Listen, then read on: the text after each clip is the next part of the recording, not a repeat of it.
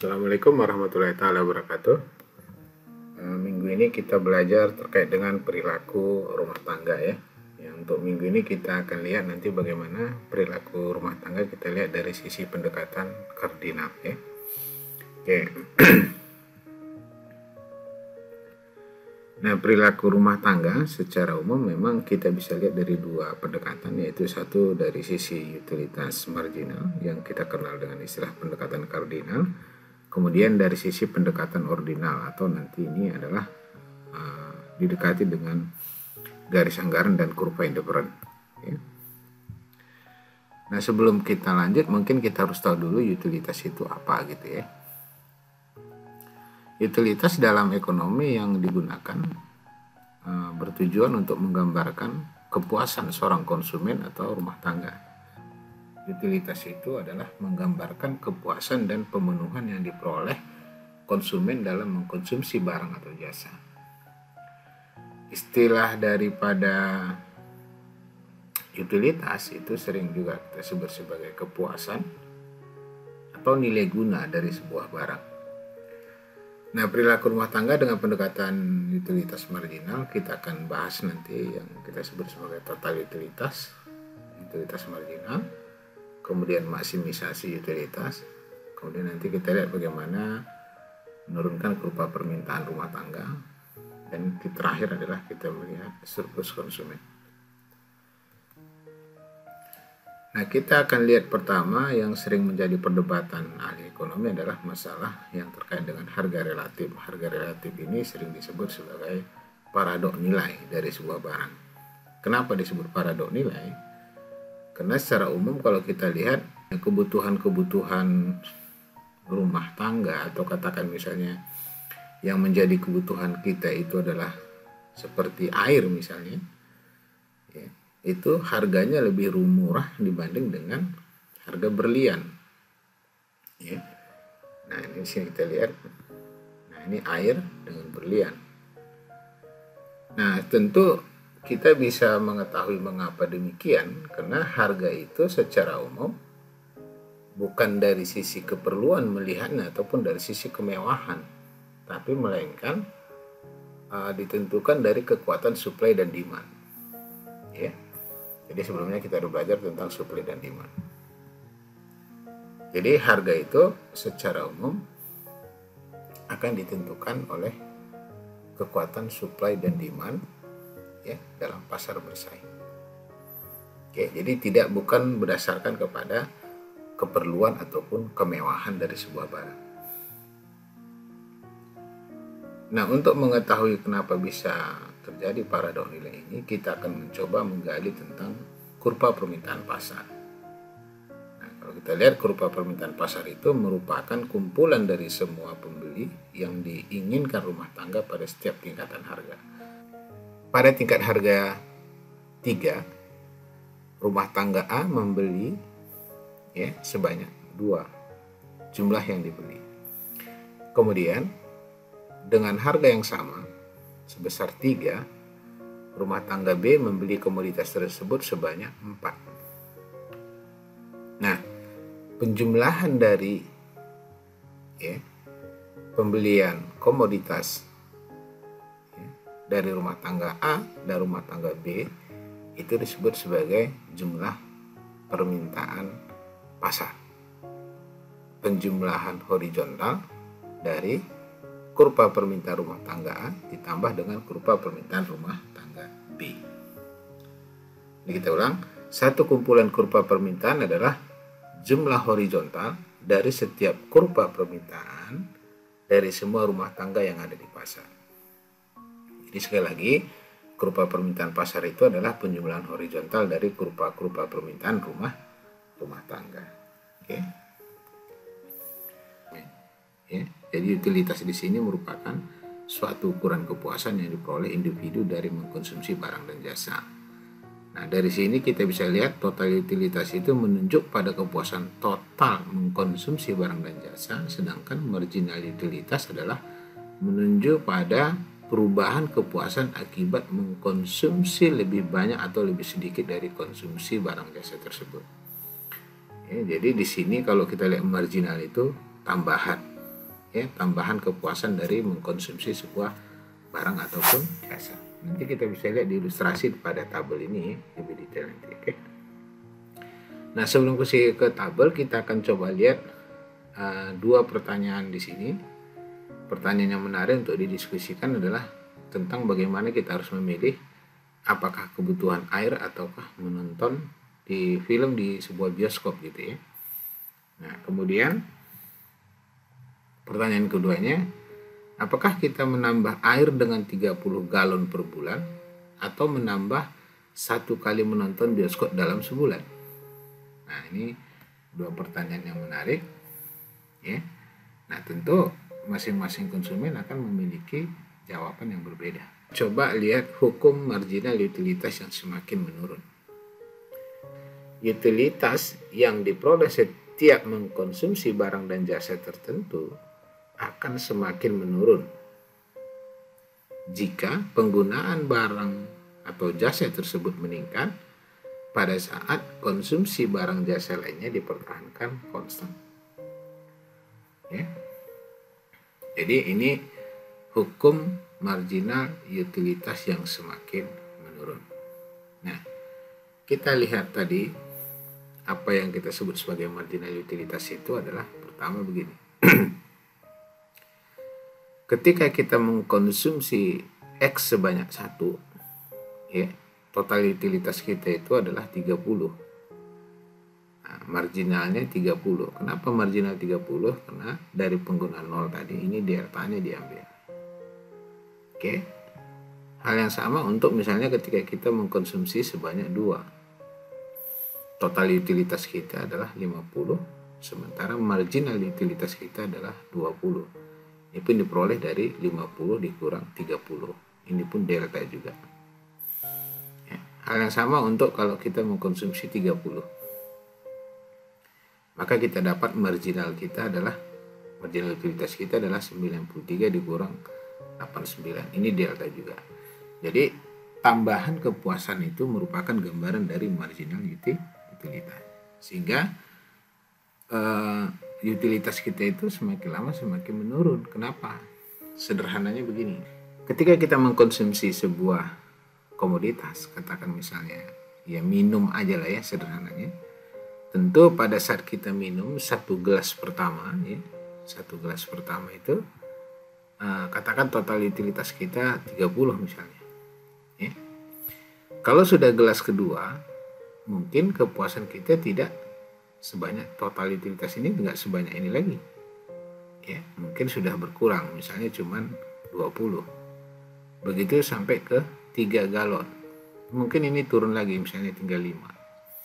Artinya apa? Marginal utilitas tambahan dari kita mengkonsumsi minuman tadi, itu lama-lama akan menurun. Sehingga pada suatu titik kita akan ketemu kita tidak merasakan manfaat lagi dari tambahan mengkonsumsi barang itu. Nah, sehingga muncul pertanyaan, dapatkah utilitas marginal mencapai 0? Ya, tentu saja ya. Ya. Kenapa? Karena ketika kita konsumsi dalam jumlah yang banyak, maka pada satu titik tertentu marginal utilitas tidak akan bertambah lagi. Kondisi ini disebut sebagai maksimum utilitas. Ya, namanya sudah kita tidak mencapai tambahannya, berarti perubahan utilitas kita 0. 0 itu berarti sudah menunjukkan pada satu titik dia mencapai titik maksimum. Ya. Pada kondisi perubahan utilitas sama dengan 0, maka tambahan konsumsi akan menghasilkan marginal utilitas menjadi negatif yang kita sebut sebagai disutilitas marginal. Nah, secara kurva kita gambarkan, inilah total utilitas yang cenderung juga menurun. Marginal utilitas itu dari kiri ke kanan. Ya, ini dia marginal utilitas, dan ini total utilitas. Itu yang tadi kita kenal sebagai hukum marginal utilitas yang semakin menurun. Nah, kita lihat bagaimana rumah tangga memaksimumkan utilitas. Nah, rumah tangga secara umum ingin memaksimumkan utilitas untuk mengkonsumsi barang X dan Y, tetapi tidak dipungkiri bahwasanya konsumen atau rumah tangga juga memiliki keterbatasan dalam hal income. Ya. Jadi kalau kita tulis fungsinya seperti ini menunjukkan seluruh income kita alokasikan untuk membeli sejumlah X pada harga PX dan sejumlah Y pada harga PY. Oke. Nah, tentu kapan konsumen membeli lebih banyak X dan Y adalah tergantung pada harga relatif tadi yang awal kita bicarakan. Ya. Nah, contoh ilustrasi yang paling sederhana misalnya begini. Marginal utilitas X itu hanya bertambah 1, tapi konsumen harus mengeluarkan biaya sebesar 3 rupiah misalnya, atau 3 dolar. Ya. Sedangkan untuk komoditi Y, ya, marginal utilitasnya naik 1, dengan hanya mengeluarkan biaya sebesar 1. Tentu logikanya konsumen akan mengarahkan kepada lebih banyak mengkonsumsi Y. Logikanya konsumen akan mengalihkan pengeluarannya ke komoditas yang harganya relatif lebih murah dalam rangka untuk menjamin kepuasan maksimum pada tingkat marginal utilitas yang sama. Bagaimana kalau kondisi kedua kalau kita lihat? Nah, andaikan misal gini, tambahan utilitasnya adalah 3, tapi dia hanya mengeluarkan biayanya sebesar 1. Nah, sedangkan untuk komoditi X, dia marginal utilitasnya hanya bertambah 1 dengan hanya mengeluarkan biaya sebesar 1. Ya. Nah, jadi tentu di sini pun akan dia pilih komoditas Y. Kenapa? Dia hanya mengeluarkan 1 dolar untuk memperoleh tambahan utilitas sebesar 3. Jadi semua di sini adalah mengandung masalah relatif. Ya. Terlepas itu dari komoditasnya apa, ya, kita harus tahu syarat yang diperlukan bagi sebuah rumah tangga dalam memaksimumkan utilitas untuk dua komoditi adalah marginal utilitas X rasionya terhadap harganya sama dengan rasio marginal utilitas Y terhadap harga Y. Nah, ini merupakan persamaan dasar dalam teori utilitas. Artinya dari sini bahwa rumah tangga akan mengatur pengeluarannya sedemikian rupa sehingga utilitas yang diperoleh dari rupiah terakhir yang dikeluarkan untuk setiap barang adalah sama. Nah, oke, kita lihat lebih detail lagi. Nah, andaikan kita modifikasi persamaan ini kan bisa ya menjadi seperti ini. PY dan PX ini merupakan harga relatif yang kita bahas tadi di depan. Harga relatif atau yang tadi kita sebut sebagai paradok nilai, ya, harga relatif. Oke. Nah, tentu rasio harga ini biasanya ditentukan oleh pasar. Jadi bagian sebelah kanan dari persamaan ini adalah ditentukan oleh pasar yang menunjuk kepada harga relatif dari dua komoditas X dan Y. Nah, bagian yang ditentukan oleh pasar ini tentu tidak dapat dikontrol oleh rumah tangga. Tetapi rumah tangga akan memberikan reaksi terhadap pasar ini. Ya. Tetapi perlu diingat rumah tangga tidak dapat mengubahnya. Nah, reaksi ini umumnya digambarkan dari elastisitas ya. Jadi bagaimana respon rumah tangga menanggapi dari sebuah perubahan di dalam harga di dalam pasar. Sedangkan yang bagian kiri dari tanda sama dengan seperti ini, ya, ini merupakan kemampuan komoditi untuk menambah kepuasan rumah tangga. Ya.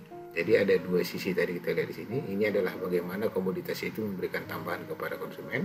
Sedangkan yang di sini adalah harga relatif yang ditentukan di pasar. Ya. Tentu kalau udah bicara pasar, maka rumah tangga tidak mampu mengontrolnya. Maksudnya di luar kontrol dari rumah tangga. Untuk menemukan bentuk persamaan ini sebenarnya bisa kita lihat dari fungsinya dulu ya. Asumsikan misalnya fungsi utilitasnya adalah seperti ini, yaitu utilitas fungsi dari X dan Y. Dengan menggunakan total diferensial, maka fungsi tersebut kita bisa modifikasi, yaitu dengan melihat seperti ini. Nah, fx ini melambangkan turunan pertama terhadap X, sedangkan yang FY ini merupakan turunan pertama terhadap Y. Ya. Kita setting DU-nya sama dengan 0. Kenapa DU sama dengan 0? Karena di sini menunjukkan bahwasanya utilitasnya sudah maksimum. Ya. Jadi utility kita tetapkan perubahan utilitasnya adalah sama dengan 0. Ketika DU kita setting sama dengan 0, maka kita dapat persamaan seperti ini. Kalau kita sederhanakan muncul seperti ini. Okay. Nah, slope kurva indifferent, nanti pendekatan garis anggaran kita akan bicara di pendekatan ordinal ya. Slope kurva indifferent ini. Nah, kita lihat di sini DY DX ini ya, menggambarkan tingkat keinginan konsumen untuk mensubstitusikan antara komoditi X dan Y dalam rangka untuk tetap mempertahankan pada tingkat utilitas yang sama. Ya. Nah, sedangkan negatifnya ini, ya, slope negatif ini menggambarkan ya, rate of commodity substitution atau yang kita kenal dengan RCS dari X untuk Y. Maknanya adalah begini, ketika kita ingin menambah Y, maka kita harus bersedia untuk mengorbankan X.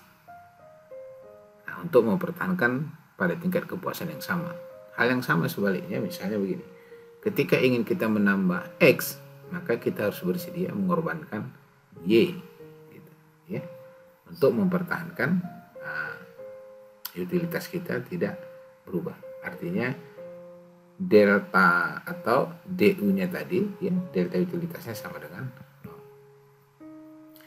Nah, dalam analisis kardinal, parsial derivatif, maksudnya yang ini, ya, turunan pertama dari X dan Y itu disebut sebagai marginal utilitas dari komoditi X dan Y.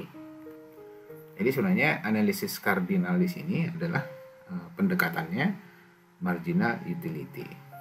Oke, sedangkan kalau kurva indifferent nanti itu pendekatannya adalah pendekatan ordinal ya. Nanti akan kita lihat di minggu depan bagaimana slope indifferent dan garis anggaran. Nah, interpretasi alternatif dari keseimbangan rumah tangga yang pertama kita lihat adalah tadi udah kita sebutkan bahwasanya dalam analisis kardinal partial derivatif dari fx dan fy ini didefinisikan sebagai marginal utility dari komoditi X dan Y. Nah, definisi ini sebenarnya masih dipertahankan dalam analisis pendekatan ordinal ya.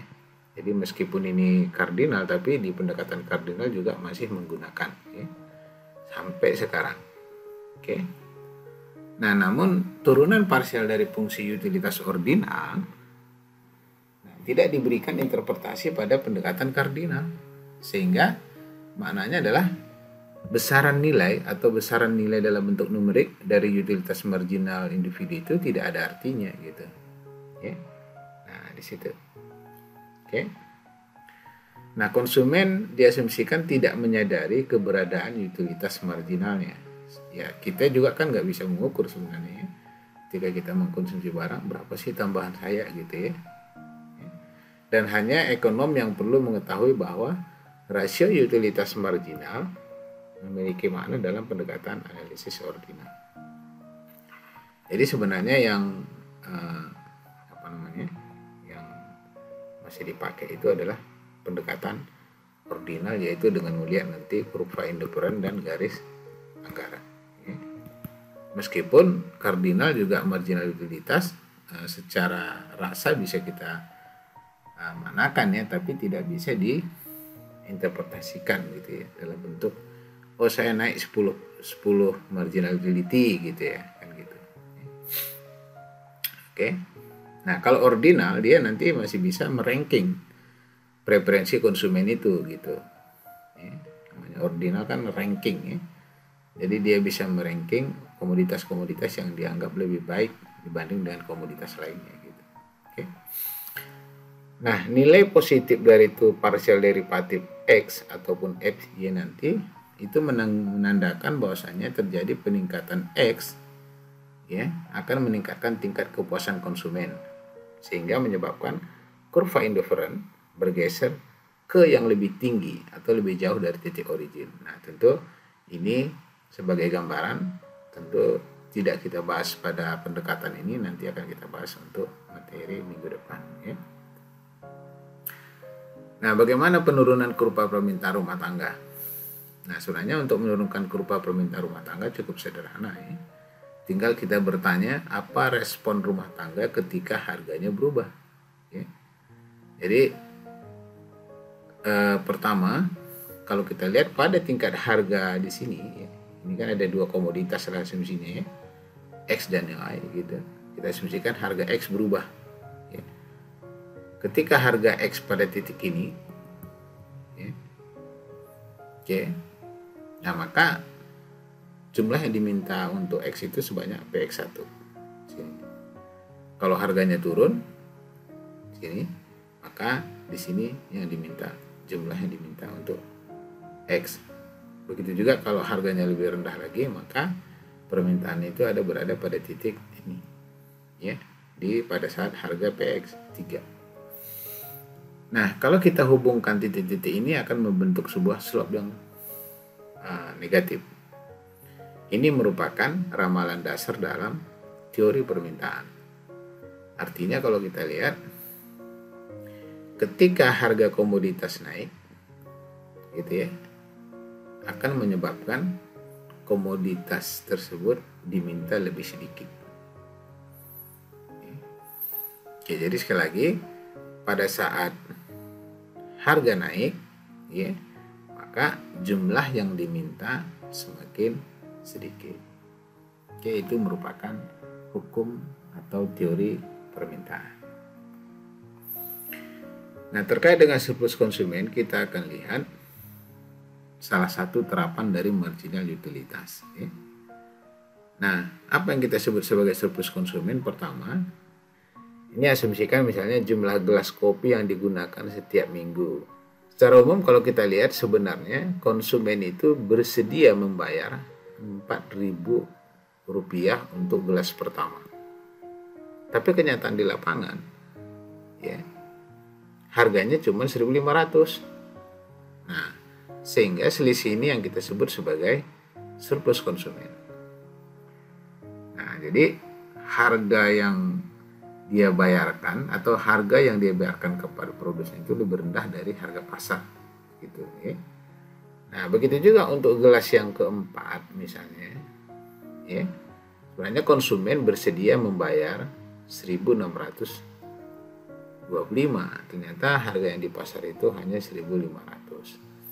Nah, di situ surplus konsumennya sebesar 125 dan seterusnya. Ya.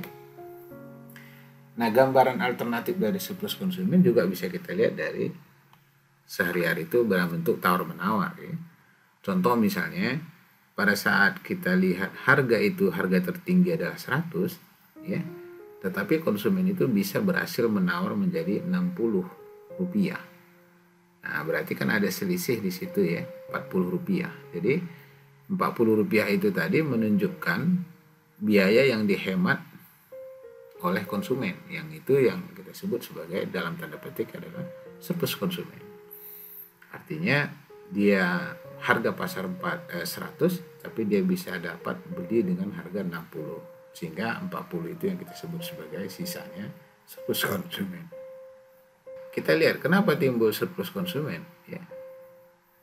Secara umum surplus konsumen itu terjadi apabila terdapat selisih dari harga yang diterima dengan harga pasar. Ini tadi, yang tadi dia harga pasar 100 tapi yang dia terima adalah 60. Berarti ada 40 menjadi surplusnya. Nah, di dalam ekonomi neoklasik, ya, penilaian individu terhadap suatu barang, maksudnya rumah tangga di sini, terhadap suatu barang atau jasa merupakan selisih antara willingness to pay, ya, kesediaan membayar, dengan biaya yang diperlukan untuk menyediakan barang atau jasa tersebut. Nah, ini tadi willingness to pay itu sebenarnya dia bersedia untuk misalnya 4.000, tapi di lapangan itu hanya 1.500, sehingga surplusnya itu ada 2.500 gitu. Nah, kalau kita lihat dari sisi kurva menggambarkan ini kan surplus konsumen perorangan ya. Kalau kita lihat dia seperti ini. Nah, jadi dia di atas ini harga pasar, ya. Ini harga pasar. Ya, yang tadinya dia bersedia ingin membeli sebanyak 1 dengan harga 4.000, tapi di lapangan dia cuma peroleh 1.500. Jadi arsiran warna biru inilah yang kita sebut sebagai surplus konsumen. Oke. Nah, salah satu kita lihat keseimbangan rumah tangga bagaimana maksimumkan utilitasnya. Kita buat contoh, misalnya fungsi utilitasnya adalah seperti ini, di mana persamaannya adalah X kali Y. Ya, harga X sebesar 2 dan harga Y sebesar 5. Nah, sementara pendapatannya kita batasi atau hanya 100. Tentukanlah kombinasi penggunaan X dan Y agar kepuasan konsumen maksimum. Nah, kita mengacu kepada formulanya tadi apa? Marginal utilitas untuk X berapa dan untuk Y berapa. Nah, kalau ini kita turunkan, misalnya DU, DX gitu, maka yang kita peroleh adalah Y. Itu juga kalau kita peroleh turunan pertama, utilitas terhadap Y, maka kita peroleh adalah X. Gitu, ya. Nah, sehingga kalau kita samakan yang seperti ini, marginal utility X dibagi dengan Y sama dengan rasio harga kedua barang tersebut. Nah, tinggal kita substitusikan angka-angkanya tadi. Nah, seperti ini. Sehingga kita temukan nih. Nah, ini yang kita sebut sebagai MRS, marginal rate of substitution, ya, antara komoditi X dan Y. Maknanya sederhana ya. Kita lihat misalnya kalau katakan misalnya X-nya 10, ini contoh kasus nih. Maka Y-nya berapa? Ketahuan kan? Misalnya berarti 20 bagi 5 gitu. Kalau ini 15, beda lagi berapa Y-nya gitu. Jadi artinya ketika kita ingin membeli X sebanyak satu satuan, maka Y juga berpengaruh. Jadi sekali lagi ketika kita ingin menambah atau mengurangi X, maka akan berpengaruh terhadap besaran pembelian Y juga. Nah, oke, kita selesaikan persamaannya. Jadi kita ketemu persamaan MRS-nya, baru kita carikan anggarannya. Persamaan anggarannya kan seperti ini ya, di mana income sama dengan harga dikali dengan jumlah yang dibeli untuk X tambah harga Y dikali dengan jumlah yang diminta untuk Y. Kita tinggal masukkan angkanya tadi, di mana pendapatannya adalah 100, harga X-nya adalah 2 dan harga Y-nya adalah 5. Oke, tinggal kita substitusikan. Maka kita ketemu X-nya adalah 25. Ketika X-nya 25, berapa nilai Y? Nah, berarti kita substitusikan lagi ke persamaan MRS ini. Maka kita peroleh seperti ini. Kita dapat Y sama dengan 10. Tentu kombinasi antara equilibrium, ya, 25 dengan 10 ini akan menghasilkan biaya sebesar 100. Kita bisa substitusikan ke sini. Jadi 100 sama dengan gitu ya. 2 kali X-nya berapa? 25 tambah. Oh, ini tambah ya, bukan kurang. Oke. 5 kali berapa tadi? 10. Jadi di sini 50 tambah 50. Nah, nilainya sama dengan 100. Oke. Dalam bentuk gambar kita bisa gambarkan seperti ini. Jadi ini titik keseimbangan konsumen. Keseimbangannya di mana dia akan mengkonsumsi komoditi X sebanyak 25 dan komoditi Y sebanyak 10. Oke. Terakhir sebagai penutup adalah pendekatan ordinal, ya, digunakan. Kenapa? Karena pendekatan kardinal memiliki beberapa kelemahan. Kardinal tadi apa? Marginal utilitas. Ya. Sedangkan nanti kalau dia pendekatan ordinal, kita menggunakan kurva indifferent dan garis anggaran. Oke, ini kita belajar minggu depan ya. Salah satunya antara lain adalah bersifat subjektif dalam menentukan nilai guna total dan nilai guna marginal. Ya, sebagian besar juga ahli ekonomi kurang sependapat dengan marginal utilitas. Kenapa? Karena dianggap hanya membahas hal-hal yang kecil yang sederhana seperti misalnya mengkonsumsi gula, kopi, dan lain sebagainya. Ya. Nah, sedangkan kalau pendekatan ordinal, ya, masih memberikan penekanan bahwa konsumen memiliki preferensi dalam memilih barang. Misalnya barang A lebih disukai dari barang B gitu ya.